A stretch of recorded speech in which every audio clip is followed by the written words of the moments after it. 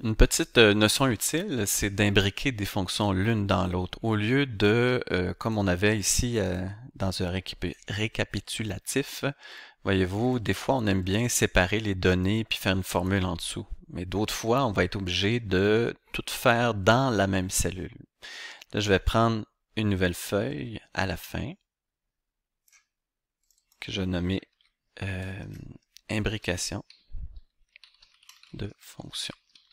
Ça va être même pratique pour votre TP. C'est que j'aimerais ça, bon, votre TP, on fait un calendrier perpétuel, c'est-à-dire que selon la date du système, il va se générer automatiquement. Donc, il va se régénérer lui-même pour afficher le mois. En ce moment, on est octobre. Donc, le mois prochain, j'aimerais ça que mon calendrier change pour novembre.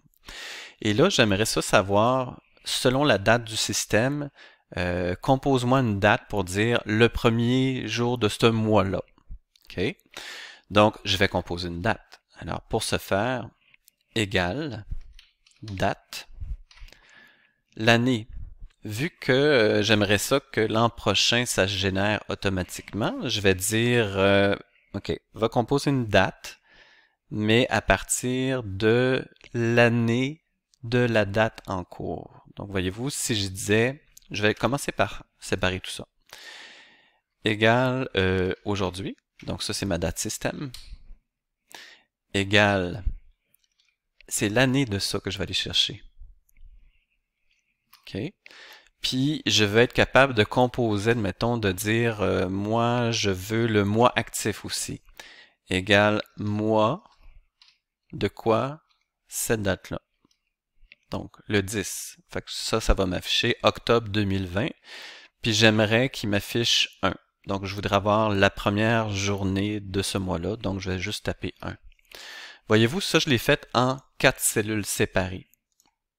Maintenant, je vais composer le mois. Donc j'aurais même pu, voyez-vous, je vais continuer mon exercice en disant je veux composer une date. La date c'est quoi? C'est 2020, octobre, point virgule, et 1. 1er octobre 2020. Fait que si jamais, là je vais tricher, là, mais si jamais j'arrivais, nous sommes le 5 novembre, si je viens chercher 11.05, voyez-vous, ça va donner 1er novembre 2020. Donc moi, pour à chaque fois qu'on change de mois, d'année, je veux que ça affiche le premier de ce mois-là. Donc je vais annuler.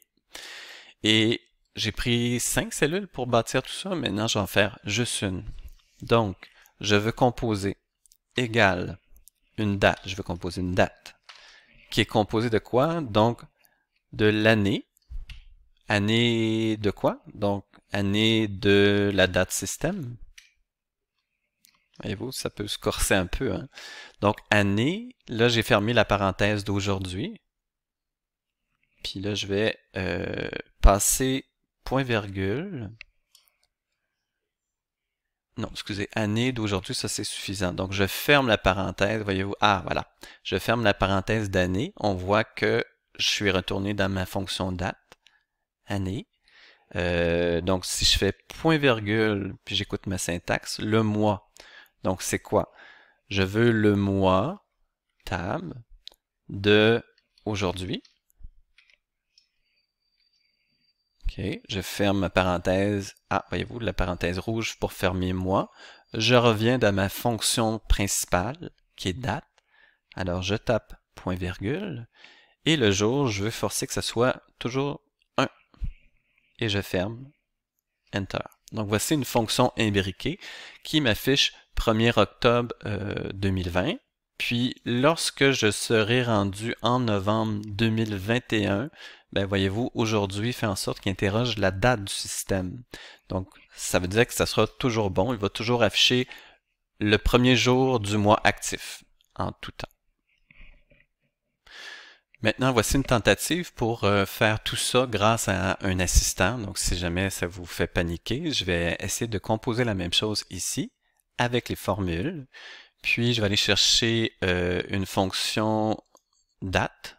Donc, date de quoi? Donc, je vais chercher l'année en cours. Donc, pour aller chercher en cours, excusez, l'année en cours, il faut que j'aille chercher, va extraire l'année de la date du jour.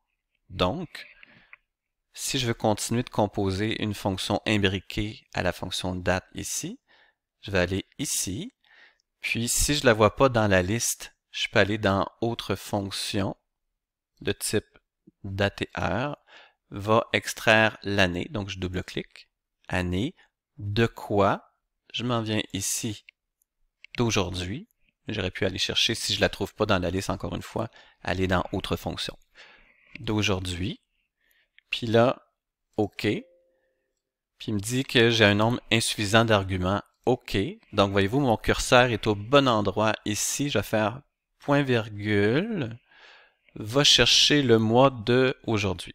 Donc, ici, va chercher autre fonction de type date, va chercher le mois, OK, de quoi je retourne ici, donc ça c'est la zone de nom, d'aujourd'hui, le mois d'aujourd'hui, OK, encore mon petit message d'erreur, OK, point virgule, et là, voyez-vous, il m'indique dans ta date, là, tu es rendu à année, mois, jour. Donc, jour, qu'est-ce que tu veux?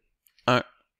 Enter. Voyez-vous, j'ai réussi grâce à un assistant de formule. Donc, si ça vous mélange de imbriquer des fonctions, on peut toujours utiliser l'assistant. Mais comme je vous dis, c'est pas mauvais, hein, si je double-clique pour modifier ma fonction, c'est pas mauvais de bien comprendre comment c'est bâti. Donc, date avec ses points-virgules, ici pour dire année, mois, jour. Puis là, voyez-vous, on a des codes de couleur pour dire année de quoi, parenthèse rouge, de aujourd'hui, avec ses parenthèses mauves. Même chose pour mois, parenthèse rouge, aujourd'hui, parenthèse mauve. Voilà.